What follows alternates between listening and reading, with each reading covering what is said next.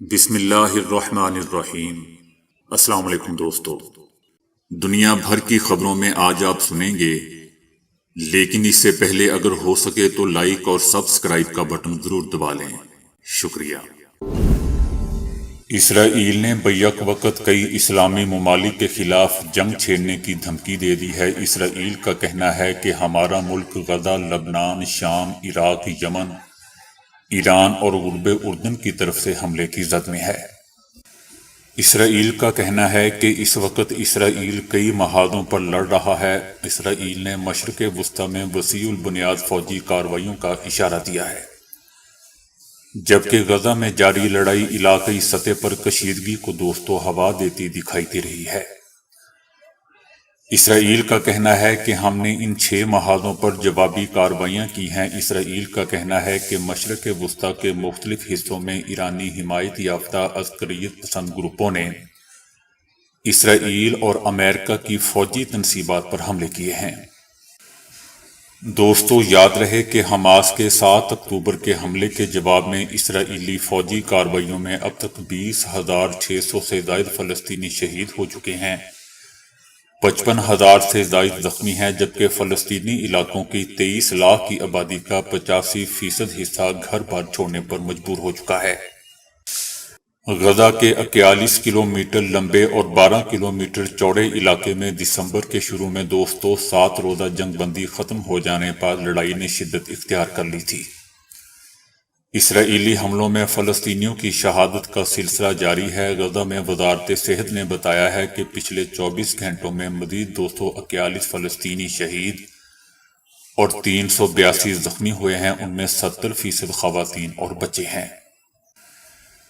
دوسری طرف بحر احمر میں ایرانی حمایت یافتہ حوثی ملیشیا نے تجارتی جہازوں پر حملے تیز کر دیے ہیں۔ حوثیوں نے ایک بحری شپ پر حملے کی ذمہ داری قبول کی ہے، جبکہ اسرائیل پر بھی ڈرون حملے کی کوشش کی گئی ہے۔ غزہ میں جاری لڑائی اب نئے محاذ دوستو تلاش کر رہی ہے۔ بھارت کے دارالحکومت نئی دہلی میں گزشتہ روز اسرائیلی سفارتخانے کے نزدیک ایک دھماکہ ہوا۔ بھارت اور اسرائیل کے افسران اس واقعے کی تحقیقات کر رہے ہیں۔ دھماکے کے مقام سے انتقام کی دھمکی والا خط بھی ملا ہے۔ اسرائیل کے وزیر اعظم نیتن یاہو نے امریکہ اور یورپ کی طرف سے دباؤ ڈالے جانے پر بھی لڑائی روکنے کا اشارہ نہ دیتے ہوئے کہا ہے کہ مقاصد اور اہداف کے حصول تک جنگ رکھی جائے گی۔ غزہ میں جنگ شروع ہونے سے پہلے محمود الداودی نے کبھی سوچا بھی نہ تھا کہ ان کی دکان میں دھول سے اٹے ریڈیو سیٹس کی طلب اتنی بڑھ جائے گی جو ان کے صارفین کے لیے بیرونی دنیا سے رابطے کا ایک قیمتی ذریعہ بن جائے گی۔ بجلی کی بندش طویل عرصے سے روزمرہ زندگی کا حصہ رہی ہے، لیکن اسرائیل کی جانب سے بجلی اور ایندھن کی سپلائی منقطع کرنے کے بعد محصول علاقے کے 2.4 ملین افراد اب طویل گھنٹوں تک بجلی کی بندش کا شکار ہیں۔ اب کمپیوٹر یا ٹیلی ویژن سیٹ لگانا، فون کو ریچارج کرنا یا انٹرنیٹ تک رسائی جنریٹر یا سولر پینلز کے بغیر ناممکن ہے۔ لیکن خبروں سے باخبر رہنے کے لیے بیٹری سے چلنے والا ریڈیو ہمیشہ موجود ہوتا ہے۔ داؤدی نے کہا کہ ہمارے پاس پورا ذخیرہ تھا، لیکن جنگ کے پہلے ہفتے سے ہی یہ ہماری ضرورت سے کم رہا ہے۔ انہوں نے کہا کہ فون اور انٹرنیٹ کی بندش کے ساتھ ریڈیو ہی یہ جاننے کا واحد طریقہ ہے کہ دنیا میں کیا ہو رہا ہے۔ جنگ سے پہلے ایک ریڈیو کی قیمت تقریباً $7 تھی، جبکہ اب یہ تقریباً $16 میں فروخت ہو رہا ہے۔ ایک اور شخص حسین ابو ہاشم نے کہا کہ لوگ باخبر رہنا اور سننا چاہتے ہیں کہ گولہ باری کہاں ہو رہی ہے اور اپنے خاندانوں کی قسمت کے بارے میں جاننا چاہتے ہیں۔ ان کی دکان پر بھی ریڈیو ختم ہو چکے ہیں۔ خان یونس کے ایک شخص نے بتایا کہ مجھے نہیں معلوم کہ ہمارے ارد گرد کیا ہو رہا ہے، حملے کہاں ہو رہے ہیں، کن گھروں کو نشانہ بنایا گیا، کون زندہ ہے، کون شہید ہو چکے ہیں۔ انہوں نے کہا کہ ہم غزہ میں کہیں سے بھی خبریں حاصل کرنا چاہتے ہیں۔ ایک خاتون کا کہنا تھا کہ جب میرے ریڈیو کی بیٹری ختم ہو جاتی ہے تو میں کیمپ میں گھومتی اور دوسرے لوگوں کے ریڈیو سنتی ہوں۔ اپنے خیمے کے باہر 37 سالہ صلاح دروب نے اپنے موبائل فون پر ریڈیو سٹیشن سن کر وقت گزارتے ہیں۔ انہوں نے کہا کہ دنیا جدید ٹیکنالوجی کے ساتھ آگے بڑھ رہی ہے، لیکن یہاں غزہ میں ہم پیچھے کی طرف جا رہے ہیں، ہمیں پتھر کے زمانے میں واپس لے جا رہے ہیں۔ فلسطین لبریشن آرگنائزیشن ایگزیکٹو کمیٹی نے ایک ذریعے سے اس طویل اجلاس کے حوالے سے تفصیلات کا انکشاف کیا ہے جو پیر کو فلسطینی صدارتی صدر رام اللہ میں منعقد کیا گیا تھا۔ شرکا نے حماس سے کہا ہے کہ وہ آزاد فلسطینی ریاست کے بارے میں واضح موقف بیان کریں جس میں مشرقی یروشلم کو 1967 کی سرحدوں پر مشتمل ریاست کا دارالحکومت قرار دینا چاہیے۔ دوسری شرط فلسطینی عوام کے واحد آئینی نمائندے کے طور پر پی ایل او سے وابستگی ہے، تنظیم کی مختلف ذمہ داریوں کی پاسداری ہے۔ حماس کی شمولیت کے لیے جماعت کی طرف سے پی ایل او کی اسرائیل کے ساتھ کیے گئے تمام معاہدوں کو تسلیم کرنا ہوگا۔ تیسری شرط تنازعات کے حل کی بنیاد اور فلسطینی عوام کے لیے سیاسی حوالے کے طور پر بین الاقوامی قانونی جواز اور بین الاقوامی قانون سے وابستگی ہے۔ ذریعے کا مزید کہنا ہے کہ چوتھی شرط یہ تھی کہ اس بات پر زور دیا جائے کہ ہر قسم کی جدوجہد ہمارے فلسطینی عوام کا فطری حق ہے، لیکن اس مرحلے پر عوامی مزاحمت ہی مناسب اور بہترین شکل ہے۔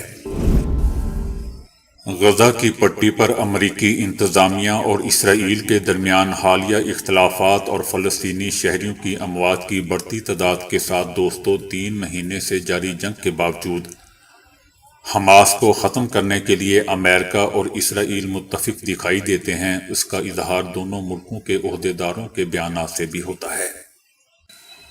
اسرائیل کا کہنا ہے کہ غزہ میں جنگ کے دوران حماس کے وجود کو ختم کرنا ناگزیر ہے اور حماس کے خاتمے کے جنگ میں امریکہ اور اسرائیل میں کوئی اختلافات نہیں ہیں۔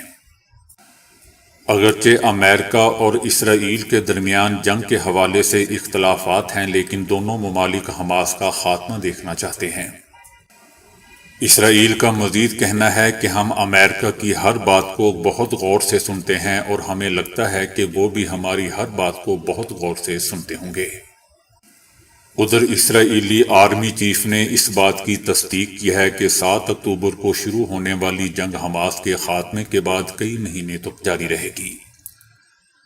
آرمی چیف کا کہنا تھا کہ جنگ کے خاتمے کے لیے کوئی جدوی حل اور شارٹ کٹ نہیں ہے، جبکہ امریکہ اور دیگر مغربی ممالک جنگ بندی اور شہریوں کی اموات کی تعداد کو کم کرنے کے لیے دباؤ ڈال رہے ہیں۔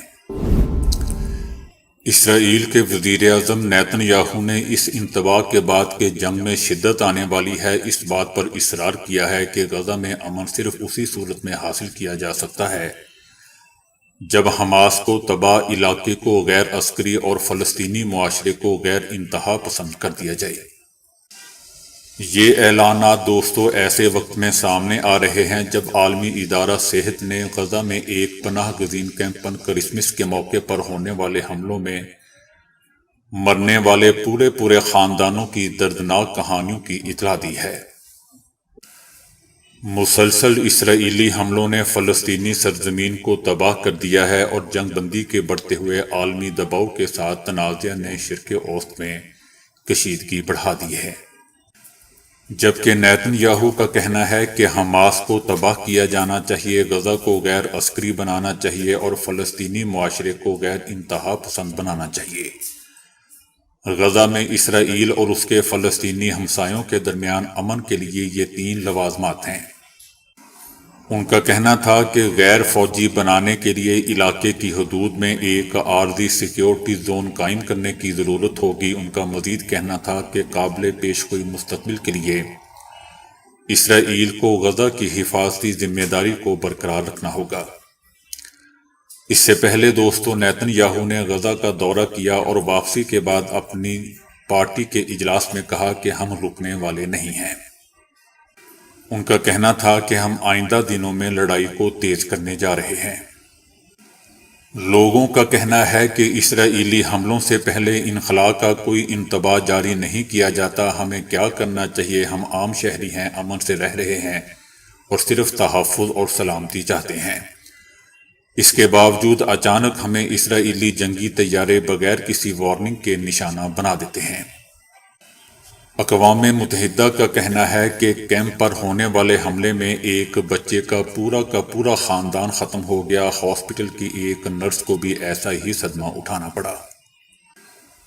غزہ کے وسیع علاقے کھنڈرات بن چکے ہیں اور اس کے 2.4 ملین افراد پانی، خوراک، ایندھن اور ادویات کی شدید قلت کا شکار ہیں، جس کا خاتمہ صرف امدادی ٹرکوں کی محدود آمد سے ہو رہا ہے۔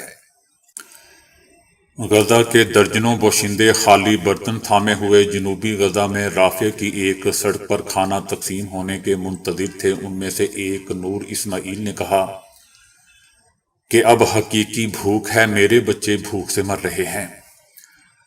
دوستو، اقوام متحدہ کے ایک اندازے کے مطابق غزہ کے 1.9 ملین باشندے بے گھر ہو چکے ہیں۔ کئی جنوب کی طرف بھاگ گئے ہیں اور سرما کی سردی میں پناہ گاہوں یا عارضی خیموں میں بھرے پڑے ہیں۔ دوسری طرف حماس کا کہنا ہے کہ فلسطینیوں نے ملک بدر اور بے گھر ہونے سے انکار کر دیا ہے۔ جلا وطنی نہیں ہو سکتی، ہماری سرزمین پر رہنے کے علاوہ اور کوئی چارہ کار نہیں ہے۔ صہیونی فوج کے ایک سابق جنرل نے کہا ہے کہ اسرائیل کے پاس حماس کی سرنگوں کا کوئی حل نہیں ہے۔ اسرائیلی فوج حماس کے جانی نقصان کے بارے میں جھوٹ بول رہی ہے۔ اسرائیلی فوج کے ریٹائرڈ جنرل یتزاک برک نے اسرائیلی فوج کی صلاحیتوں کا پردہ فاش کیا ہے۔ جنرل کے مطابق غزہ میں لڑنے والے اسرائیلی فوجی اہلکاروں اور افسران سے مجھے جو معلومات ملی ہیں اس کی بنیاد پر میں اپنے اس نتیجے پر پہنچا ہوں کہ اسرائیلی فوج کے ترجمان اور عسکری تجزیہ کار غزہ میں دو بدو لڑائی کے دوران حماس کے ہزاروں جنگجوؤں کی ہلاکت کی جھوٹی خبریں دے رہے ہیں۔ اس کے برعکس حماس کے مارے جانے والے افراد کی تعداد بہت کم ہے۔ جنرل کا کہنا تھا کہ غزہ میں ہلاک ہونے والے زیادہ تر اسرائیلی فوجی حماس کے بمبوں اور ٹینک شکن میزائلوں کا شکار ہوئے ہیں۔ اسرائیلی فوج کے پاس اس وقت حماس کے ارکان کو ختم کرنے کا کوئی مؤثر اور تیز طریقہ نہیں ہے۔ حماس کے لوگ سرنگوں میں چھپے ہوتے ہیں اور صرف بم نصب کرنے، دھماکہ خیز مواد کا جال بچھانے یا اسرائیلی ٹینکوں اور بختر بند گاڑیوں پر میزائل فائر کرنے کے لیے ہی سرنگوں سے باہر آتے ہیں۔ سابق اسرائیلی فوجی جنرل کا کہنا تھا کہ اسرائیلی فوج کے ترجمان اور اعلیٰ دفاعی حکام جنگ کی دھول چاٹ جانے اور حقیقی تصویر واضح ہونے سے پہلے جنگ کو ایک عظیم فتح کے طور پر پیش کرنا چاہتے ہیں۔ اس مقصد کے لیے وہ بڑے ٹیلی ویژن چینلز کے نامہ نگاروں کو غزہ میں مبینہ فتح دکھانے کے لیے لا رہے ہیں۔ وہ دراصل صرف شیخیاں بگاڑ رہے ہیں۔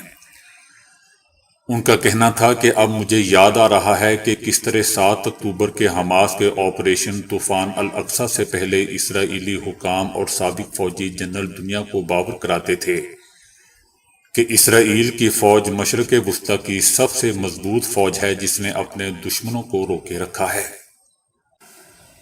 غزہ میں موجود مزاحمت کاروں کی سرنگوں کے حوالے سے سابق اسرائیلی جنرل کا کہنا تھا کہ ان کی تباہی میں کئی سال لگیں گے اور اس میں اسرائیل کو بھاری نقصان اٹھانا پڑے گا۔ اسرائیلی فوج اب خود سینکڑوں کلومیٹر گہری سرنگوں کے وجود کو تسلیم کر رہی ہے۔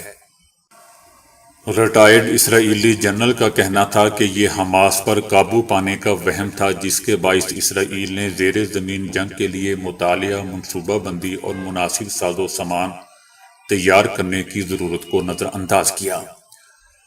غزہ میں لڑنے والے افسران بتاتے ہیں کہ حماس کے ٹھکانوں پر اسرائیل کی شدید بمباری کے باوجود حماس کو دوبارہ کھڑے ہونے سے روکنا ناممکن نہیں تو مشکل ضرور ہوگا۔ 1,50,000 افراد پر کی گئی تحقیق سے معلوم ہوا ہے کہ بھرپور جسمانی صحت ہی دماغی صحت کی ضامن ہوتی ہے۔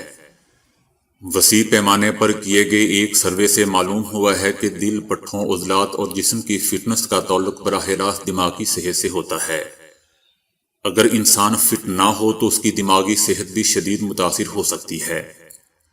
اس تحقیق میں 1.5 لاکھ افراد کا جائزہ لیا گیا۔ طب میں اکثر کہا جاتا ہے کہ صحت مند جسم ہی صحت مند دماغ کو جنم دیتا ہے۔ اب لاکھوں افراد پر کی گئی یہ تحقیق برٹش میڈیکل جرنل میں شائع ہوئی ہے۔ مطالعے سے پہلے اور بعد میں 6 منٹ تک لوگوں کو ورزشی سائیکل پر بٹھا کر ان کے سانس اور دل کی کیفیت معلوم کی گئی۔ اس کے علاوہ ان کے ہاتھوں کی گرفت پر بھی تحقیق کی گئی۔ 7 سال بعد شرکاء سے دوبارہ رابطہ کیا گیا۔ اس طرح معلوم ہوا کہ جن شرکاء کی جسمانی صحت خراب تھی ان میں ڈپریشن، اداسی اور مایوسی کا عنصر اسی تناسب سے زیادہ تھا۔ بہت سے لوگ برگر، چپس اور دیگر ایسی الٹرا پروسیسڈ اشیاء کھانے کے شوقین ہیں، لیکن اب ان لوگوں کو سائنسدانوں نے خبردار کر دیا ہے۔ سائنسدانوں کا کہنا ہے کہ یہ اشیاء لوگوں کو قبل از وقت بڑھاپے سے دوچار کر رہی ہیں۔ یہ الٹرا پروسیسڈ چیزیں کھانے سے ان کے کروموسومز میں تبدیلیاں رونما ہوتی ہیں جو عمر سے وابستہ ہوتی ہیں۔ کروموسومز وہ سرے ہیں جو انسان کی عمر کا تعین کرتے ہیں۔ یہ سرے چھوٹے ہونے سے انسان بڑھاپے کی طرف جانا شروع ہو جاتا ہے۔ تحقیقاتی ٹیم کی سربراہ پروفیسر ماریا کا کہنا تھا کہ ہم لوگوں کو خبردار کریں گے کہ ان اشیاء سے حتی الامکان گریز کریں اور صحت مندانہ خوراک کھائیں۔ تو دوستو ابھی کے لیے اتنا ہی۔ ویڈیو کو لائک اور شیئر کرنے کا بہت بہت شکریہ۔